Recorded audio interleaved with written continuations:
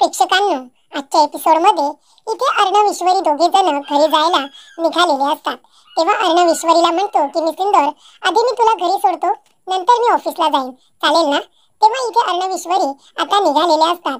तेवढ्यातच ईश्वरीचा पाय सटकतो आणि ती खाली पडणार. तेवढ्यातच अर्णव तिला सावरतो. त्यानंतर प्रेक्षकांनो, इथे अर्णव ईश्वरी दोघे जण एकमेकांकडे बघण्यातच मग्न झालेले असतात. इथे ईश्वरी अर्णवच्या नजरेमध्ये पूर्णपणे स्वतःला विसरून गेलेली असते.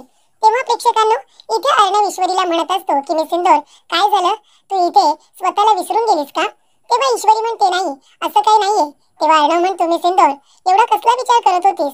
तेव्हा ईश्वरी म्हणते नाही सर, मी कसलाही विचार करत नव्हते. तेव्हा प्रेक्षकांनो, इथे अर्णव म्हणत असतो की मी सिंदूर, तुला कळतंय ना, तुला खोटं बोलता येत नाही. तेवढ्यातच प्रेक्षकांनो, अर्णव आता स्वतःच विचार करतो आणि म्हणतो मी सिंदूर, तुला इथे राहायचंय का? तेव्हा ईश्वरी म्हणते नाही नाही, मला इथे राहायचं नाहीये. तेव्हा अर्णव म्हणतो मी सिंदूर, हे बघ, तू इथे अजिबात तुझ्या मनामध्ये काही ठेवू नकोस. तू बऱ्याच दिवसानंतर तुझ्या घरी आलेस, तुझ्या आई वडिलांकडे. तुला जर त्यांच्या बरोबर राहावंसं वाटत असेल तर त्याच्यामध्ये हरकत काय? तू इथे राहिलीस तरी सुद्धा मला काही प्रॉब्लेम नाहीये. तेव्हा इथे ईश्वरी म्हणते सर, मला इथे नाही राहायचंय. तेव्हा अर्णव म्हणतो का पण? तुला काय इथे राहायचं नाहीये? मी सिंदूर, इतक्या दिवसानंतर तू तुझ्या आई वडिलांकडे आलीस, तुला त्यांच्या बरोबर वेळ घालवावासा वाटत असेल ना, त्यांच्या बरोबर तुला राहावंसं वाटत असेल तर तू राहू शकतेस, माझी काही हरकत नाहीये. तेव्हा ईश्वरी म्हणते सर, मला नाही राहायचं इथे, तुम्ही का माझ्या मागे पडलात? तेव्हा इथे अर्णव म्हणतो, अगं तुला राहायचं असेल म्हणून विचारतोय मी.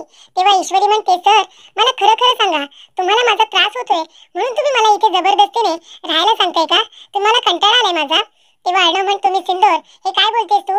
I out of your mind?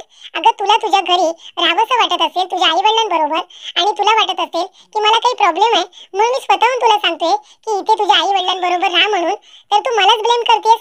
तेव्हा इथे ईश्वरी आता गप्पच बसते. तेव्हा अर्णव म्हणतो मी सिंदूर, काय झालं, पण तुला इथे राहायचं का नाहीये? तेव्हा इथे ईश्वरी गप्पच बसते.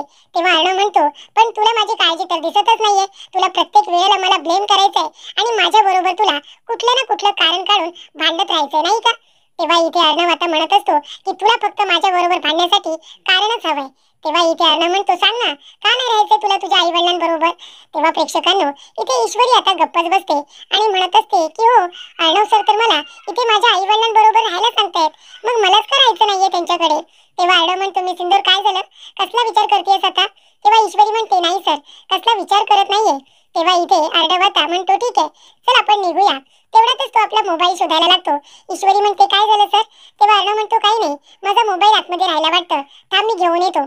तेव्हा ईश्वरी म्हणते नाही, मी पण येते, थांबा. तेव्हा अर्णव म्हणतो हा, आत्या खाईल ना मला आतमध्ये, चल बरं तू सुद्धा माझ्या बरोबर चल. त्यानंतर प्रेक्षकांनो,